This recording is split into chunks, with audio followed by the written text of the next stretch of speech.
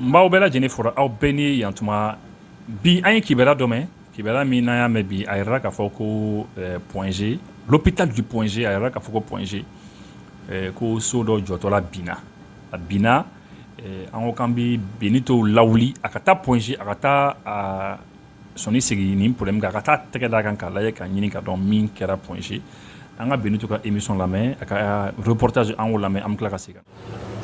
Malien an bɛ aw fo ka wale ɲuman dɔn an minnu bɛ k'an lajɛ Mali kɔnɔ ani Mali kɔ kan farafinna ni farajɛla bi an wulila ka se point G aw bɛɛ lajɛlen bɔra kalama sɔgɔmada joona in na kunnafoni bɔra ka bin k'a fɔ ko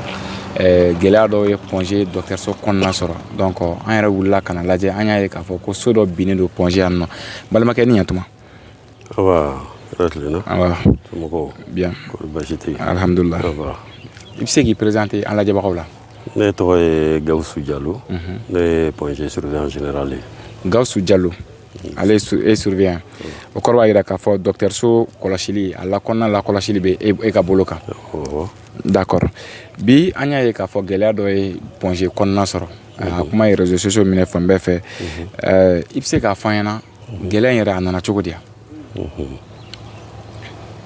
Bon, balimakɛ ni ce. Aw yɛrɛ aw sen bɔ a kɔnɔkɔrɔ ka na ni kibaruya ɲini an fɛ yan nɔ o diyara an ye kosɛbɛ. Merci. Ka sababuya kɛ tiɲɛ fɛn o fɛn b'a la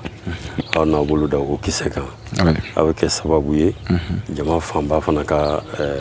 bɔ tiɲɛ kalama a ko la tiɲɛ fɛn o fɛn b'a la jama ka o ɲɛ dɔn. D'accord. An bɛ fɛ ka dɔn fɔlɔ so in yɛrɛ min ni a binnen filɛ nin c'est-à-dire so in jɔra a laɲini kun ye jumɛn de ye mun de kun bɛna kɛ so in na? Très bien. A b'a kalama k'a fɔ point G yan nɔ point G kɛra site fɔlɔ ye Mali kɔnɔ ka Covid kɛlɛ o kunbɛli kɔnɔna na Covid banabaatɔw a bɛ se yɔrɔ dɔ la ils ont besoin d'oxygène fiɲɛ bɛ u yɛrɛ tɛ fiɲɛ sɔrɔ u yɛrɛ ye tugun fɔ machine ka fiɲɛ d'u ma donc sisan o fiɲɛ dilan usine dɔ kɔrɔlen b'an fɛ yan nɔ mais a jateminɛna de k'a fɔ ko bon ko o fiɲɛ dilan usine oxygène dilan usine bon a fanga bɛ ka dɔgɔya point G services ka ca bon a ka services ta ka laban ka Covid centre ta a fanga dɔgɔyara donc sisan laɲini kɛra pour que ka centrale kura de jɔ o centrale kura jɔli maintenant ministère de ye point G dɛmɛ do point G ma o la pour que ka se ka centrale kura jɔ bon ni bâtiment kura mun filɛ nin ye bâtiment mun filɛ nin ye ni a binna nin ye a jɔra o hukumu de kɔnɔna na bâtiment bɛ jɔ machine de bɛna ka na don a kɔnɔ mun bɛna ka na oxygène dilan k'a bila ka taa services la ani fɛnw na centre de prise en charge des malades Covid. D'accord. Ni faamuyali bɛ sɔrɔ a ko la c'est-à-dire murabana min n'a wulila diɲɛ kɔnɔ n'o ye Covid-19 ye walasa parce que a bɛ fiɲɛ de bali mɔgɔw la walasa ka mɔgɔ minnu a bɛ mɔgɔ minnu dɛmɛ k'u dɛmɛ ka se ka fiɲɛ sɔrɔ ka se ka fiɲɛ mun bɛ di olu ma voilà o fiɲɛw de tun bɛna mara yan nɔ o baaraw de tun bɛna kɛ yan nɔ o de so in k'i la laɲini ye so in bɛ ka jɔ o de kama mais mun de nana n'a ye bi ni so in binna? Bon ayiwa mun nana n'a so in binni ye an tɛ se ka fɛn f'o la an kɔni ye mun constaté sɔgɔmada in na ne yɛrɛ sɔgɔmada joona in na ne yɛrɛ bɛ n ka munumunu na waati min na n y'a ye labɛnw kɛlen don bon u kan ka na béton da so sanfɛ bon ne tɛmɛna n taara puisque réunion tun b'an bolo à 10h mais vers 10h05 comme ça médecine mɔgɔw ye ne wele o ye u kɛrɛfɛ service dɔ ye olu ye ne wele k'a fɔ ko bon ko centrale d'oxygène kura so k'a binna et que mɔgɔ dɔw banana a la o la ne ye réunion yɛrɛ to yen nɔ ka boli ka na sur le terrain voilà. donc kɔrɔ yɛrɛ béton de kun bɛ ka kɛ béton baaraw de kun labɛnnen don mais so nana béton kan ka kɛ yɔrɔ min na o yɛrɛ binna aw ka faamuyali kɛl'o ye mais baara min ni a kelen filɛ n'i y'a ye so bɛ jɔ so bɛ di mɔgɔ saba ma très généralement ka jɔ mɔgɔ min bɛ a expertise kɛ yɔrɔ yɛrɛ lajɛ fɔlɔ est ce que so min bɛ ka jɔ a bɛ se ka jɔ i b'a sɔrɔ dɔw fana bɛ a bɛ di olu ma olu b'a jɔ mɔgɔ wɛrɛ fana bɛ yen n'o ye entreprise wɛrɛ o b'a contrôler est ce que nin baara in bɛɛ lajɛlen kɛla nin baara in na. ayiwa bon n'o kɛra la n'olu baaraw kɛra la projet t'o kalama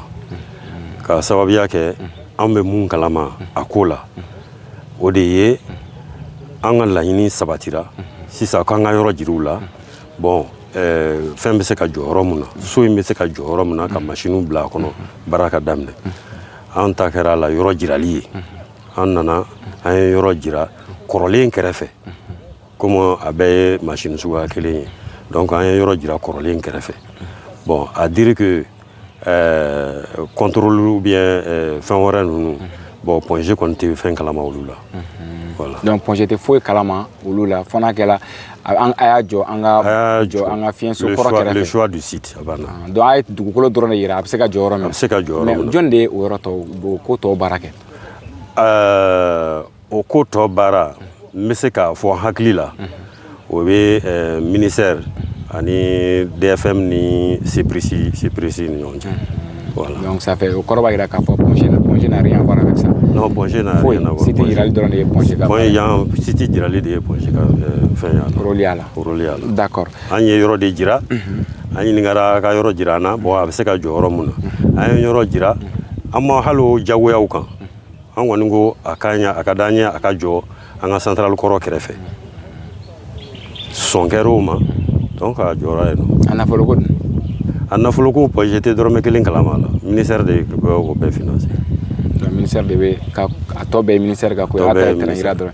d'accord maintenant mɔgɔ minnu baara binni kɛla ka mɔgɔ minnu to yan mɔgɔ joli banna la est ce que a ye jateminɛ k'o la ouais effectivement ne welelen nana ka n'a sɔrɔ mɔgɔ fila baarakɛla mɔgɔ fila olu joginnen don bon je peux même dire jogini bɛɛ ye jogini ye mais jogini gɛlɛmanbaw tɛ parce que an nana an y'a sɔrɔ u dalen don fɛn na cɛncɛn na aussitôt ne yɛrɛ ye pompiers wele sapeur pompiers wele u ka na mais sapeur pompiers nalen entre yani sapeur pompiers ka na an yɛrɛ ka service yan nɔ service de médecine interne olu ye premier soin k'u la mun ni pikiri ka kan bon mun ni pansement wɛrɛ ka kan o bɛɛ kɛr'u la an ka service o bɛɛ kɛr'u la Ponge yan nɔ bon o nalen a nana ka na ye k'a fɔ dɔ joginnen don kosɛbɛ a bolo yan fan fɛ radio b'an yɛrɛ fɛ yan nɔ et qui marche très bien donc o taara ka taa radio la ka taa radio kɛ effectivement a yera k'a fɔ bon bolo kari b'o bolo la maintenant o tɛmɛnen kɔfɛ sapeur pompier ta ka taa n'u ye Kati pour le service de traumato parce que traumatologie tɛ anw fɛ yan nɔ donc service de traumato bɛ yɔrɔ mun na bon an y'o évacuer ka taa yen nɔ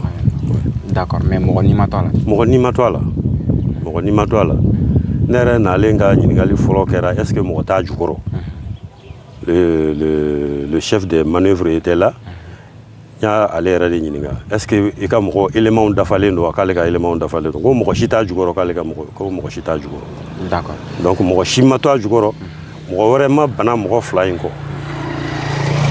i bɛ se ka jumɛn ye ka kuma kuncɛ bon mun bɛ kɛ ka nin kuma kuncɛ o de ye k'a fɔ bon n balimaw kibaruya n'an bɛ ɲɛ kibaruya lamɛnni kɔ a ye kibaruya jɔn jɔn lamɛn a y'a ta sun kɔrɔ kuma tɔ fɛn o fɛn bɛ ka fɔ bon o bɛɛ ye kuma wɛrɛw ye ne bɔra ka mun fɔ sisan nin de ye lɛgɛsɛ ye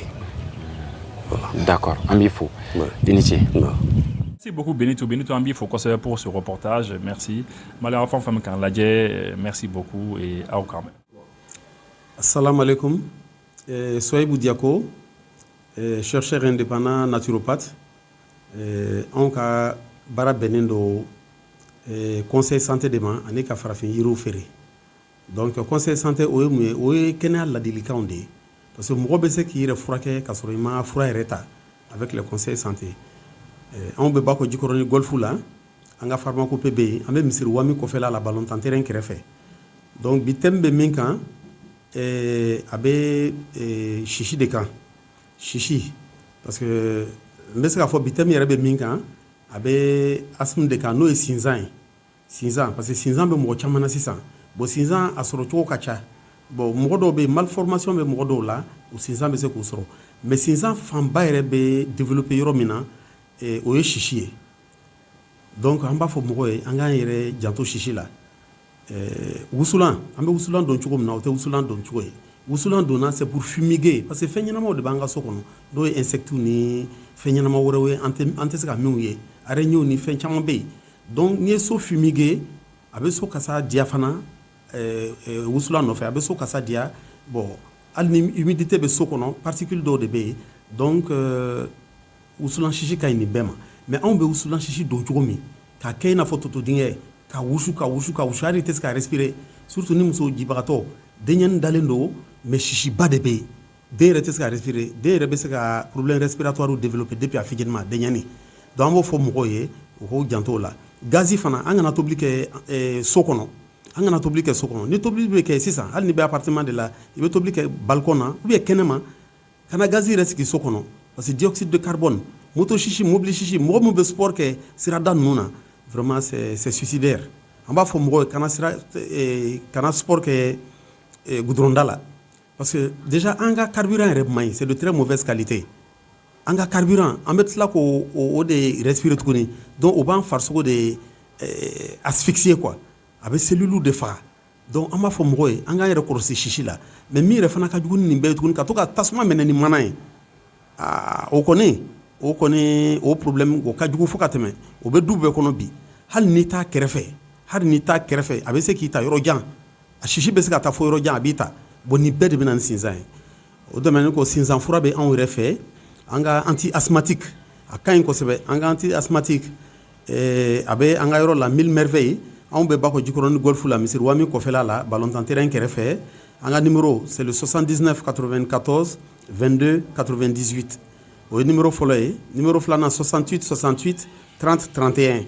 voilà n'an nana golf la misiri wa min kɔfɛla la a b'an ka furaw ye anti asthmatique b'an fɛ sinzan fura ɲuman a b'an fɛ